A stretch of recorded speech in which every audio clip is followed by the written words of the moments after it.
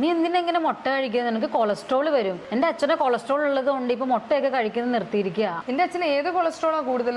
കൊളസ്ട്രോളിൽ അങ്ങനെ ടൈപ്പുകളൊക്കെ ഉണ്ടോ? കൊളസ്ട്രോളിൽ നല്ല കൊളസ്ട്രോളും ഉണ്ട്, ചീത്ത കൊളസ്ട്രോളും ഉണ്ട്. അത് ഏതാണ് കൂടുതൽ എന്നാണ് നമ്മൾ ശ്രദ്ധിക്കേണ്ടത്. എന്താ ഈ നല്ല കൊളസ്ട്രോൾ, ഈ ചീത്ത കൊളസ്ട്രോൾ, എന്താ വ്യത്യാസം? നല്ല കൊളസ്ട്രോൾ അഥവാ HDL കൊളസ്ട്രോൾ എന്നാണ് അതിനെ പറയാം. എന്തുകൊണ്ടാണ് അങ്ങനെ പറയുന്നതെന്ന് വെച്ച് കഴിഞ്ഞാൽ നമ്മുടെ രക്തക്കുഴലുകളിലും അവയവങ്ങളിലൊക്കെ കെട്ടിക്കിടക്കുന്ന കൊളസ്ട്രോളിനെ തിരിച്ച് ലിവറിലേക്ക് എത്തിക്കാനും അതിനെ ലിവറിൽ റീസൈക്കിൾ ചെയ്ത് ഉപയോഗിച്ച് തീർക്കാനും ഒക്കെ ആയിട്ട് സഹായിക്കുന്നതാണ് ഈ HDL എന്ന് പറയുന്നത്.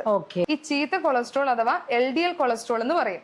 എന്തുകൊണ്ട് അങ്ങനെ വിളിക്കുന്നതെന്ന് വെച്ച് കഴിഞ്ഞാൽ ഇത് നമ്മുടെ ലിവറിലുള്ള കൊഴുപ്പ് അല്ലെങ്കിൽ കൊളസ്ട്രോളിനൊക്കെ എടുത്ത് അവയവങ്ങളിൽ അല്ലെങ്കിൽ നമ്മുടെ രക്തക്കുഴലിലൊക്കെ കൊണ്ടുപോയി സ്റ്റോർ ചെയ്യാനായിട്ട് ഇടയാക്കും.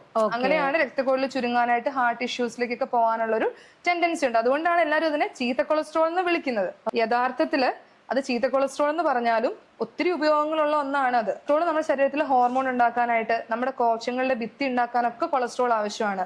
എസ്പെഷ്യലി പുരുഷന്മാരിലെ ടെസ്റ്റോസ്റ്റിറോൺ ഹോർമോൺ ഒക്കെ ഉണ്ടാക്കാനായിട്ട് ഈ LDL എന്ന് പറയുന്ന ചീത്ത കൊളസ്ട്രോൾ എന്നറിയപ്പെടുന്ന ഈ കൊളസ്ട്രോൾ ഹെൽപ്പ് ചെയ്യും. നല്ലൊരു വശമുണ്ട്. പക്ഷെ നമ്മൾ ഈ ഒത്തിരി ജങ്ക് ഫുഡ്സ്, പൊരിച്ച ഐറ്റംസ്, അതുപോലെ അധികമായിട്ട് മധുരം കഴിക്കുക, അരിഭക്ഷണം കൂടുതലായിട്ട് എടുക്കുക, എക്സസൈസ് ചെയ്യാതിരിക്കുമ്പോഴൊക്കെ ഈ ചീത്ത കൊളസ്ട്രോളിന്റെ അളവ് ബോഡിയിൽ കൂടാനായിട്ട് തുടങ്ങും. ഇതിന്റെ അളവ് അമിതമാവുമ്പോഴാണ് ഇത് ഈ രീതിയിൽ രക്തക്കുഴലിൽ കൊഴുപ്പ് അടിയാനുള്ള ചാൻസിലേക്ക് പോകുന്നത്.